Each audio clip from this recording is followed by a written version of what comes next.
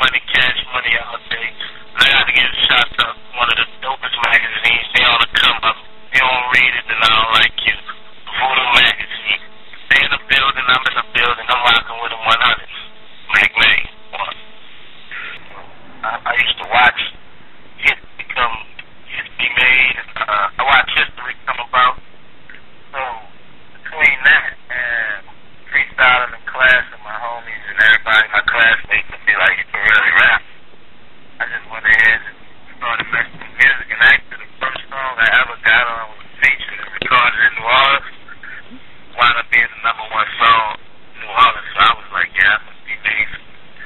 And of course, it took longer than that. I thought I was destined for it, so I just stuck with it. Okay. Can you clear something for me? Like, you knew Wayne since y'all were kids. Was you rocking with him all the way up till now, or did you guys like reconnect after your whole little MTV battle and you performing like backstage in '04 with Cassidy on the BET Awards? Like, did you guys reconnect after that? It's like we were friends since childhood, and then that's when he moved away from the neighborhood we from, Hollywood. We still would see each other because, like I tell you, I grew up in the Cash Money family. I actually was like Slim, like helped raise me, like, you know what I'm saying? He was like a stepfather too. My real dad still alive, but he was like a father figure in my life too. So I always go to the studio. So me and Wayne would still see each other and be hollering and this, that, and the third. Sometimes we'd go bowling, but we never really connected with the music until like, even though I rapped, until like I tell you, I got on that first song. Me and talk about music there, but I never really used to try to record with Cash Money. Like, say I've been to I was there as family, and I watch history these days. Okay. So I started rapping with the local label. When I told you the first song I got on, it was Infinity Records, and everybody thought I was dying, but you know, Slim used to always help me with my contract, this, that, and the third. Me and Wayne still cool.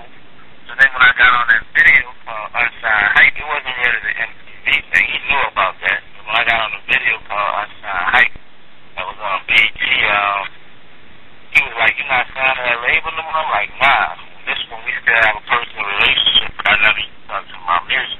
And he was like, "Nah, nigga, you best you tripping." And that's when we took it from there as far as music. But we always cool.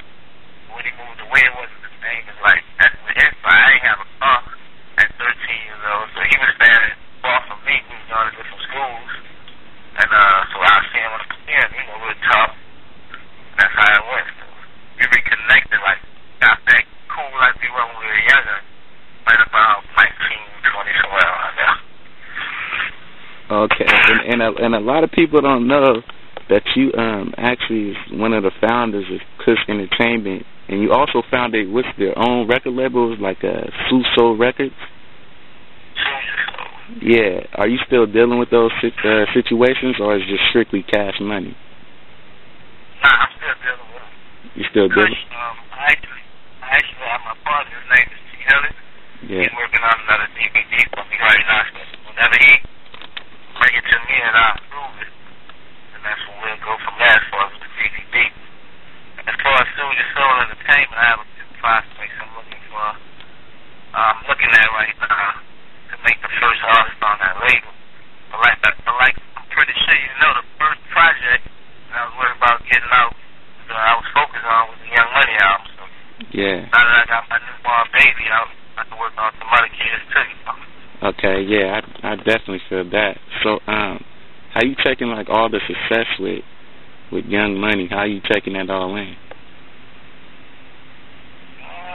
As far as the success with Young Money, looking at it like two ways. I'm looking at it like, first of all, it's a blessing that everything went how I wanted it to. You know? And I'm also looking at it as like kind of like, what more could you expect? Yeah. All the groundwork that we laid, it's kind of like it was supposed to happen, and still you have to give God, you know, thanks that it did happen, because I mean sometimes things do go wrong. So we could have flopped, so we didn't. So I'm looking at it like it should have happened and that could happen at the same time. Okay, so how much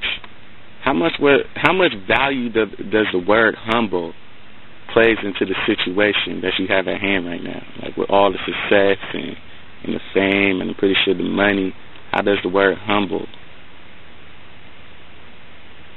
Humble plays a big role. The word humble is something that you have to be, because at any given moment, anything can be taken away from you. When you look at like what's going on in Haiti right now, when you look at just different situations that like Michael Jackson passed away, it's like it's never too great for something bad to happen to me. To this death, IRS coming up, death in the family, you're never too great. You might as well stay humble because you're always human.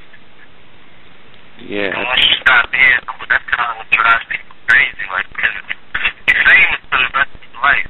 Because you never be not famous.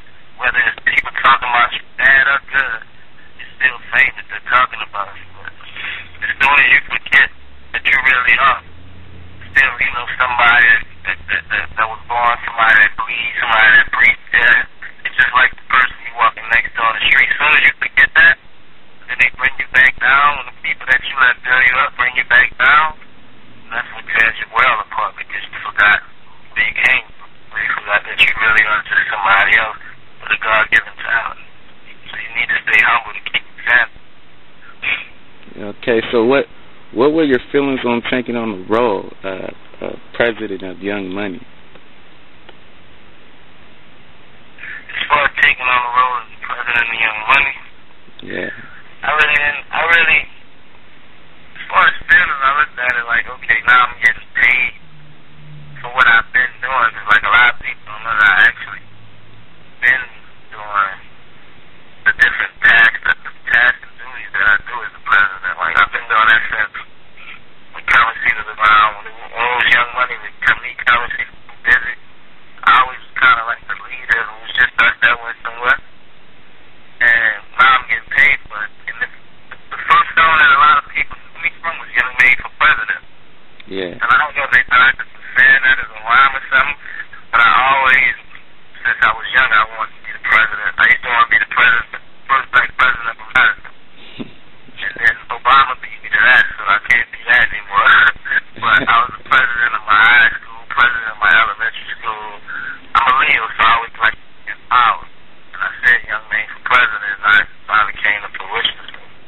I didn't really have too many deals, but I was like, okay, I'm fine to here, but I couldn't get too excited because now I'm officially what I always wanted to become, so now I have a task ahead of me. And also, you probably got people that doubt you, like, oh, you probably put him in the office because that's his homie from when he was younger. They really don't know my past history or know how I really carry myself. I gotta make sure that I prove all the people that doubt you wrong, and also make sure that everybody on the label career is lost. I'm a millionaire, I'm a Young Money millionaire, tougher than Nigerian hair. My criteria compared to your career just isn't fair. I'm a venereal disease, like a menstrual. I bleed through the pencil and leak on the sheet of the tablet in my mind. Cause I don't write nothing, cause I ain't got time. Cause my second minutes, hours go to the almighty dollar.